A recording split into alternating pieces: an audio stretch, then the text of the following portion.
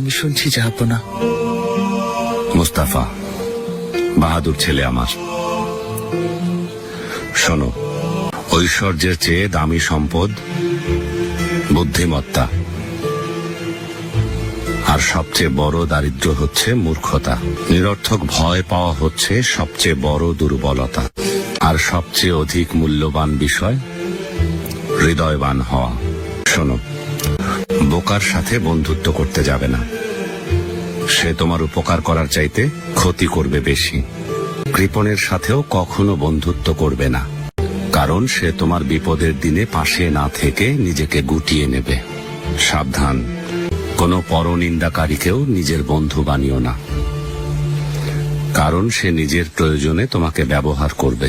এই সাথে মিথ্যাবাদীর সাথেও কখনো বন্ধুত্ব গড়ে তুলবে না, কারণ সে মরীচিকার মতো দূরের স্বপ্নে বিভোর করে কাছের জিনিসগুলোকে দূরে সরিয়ে দেবে।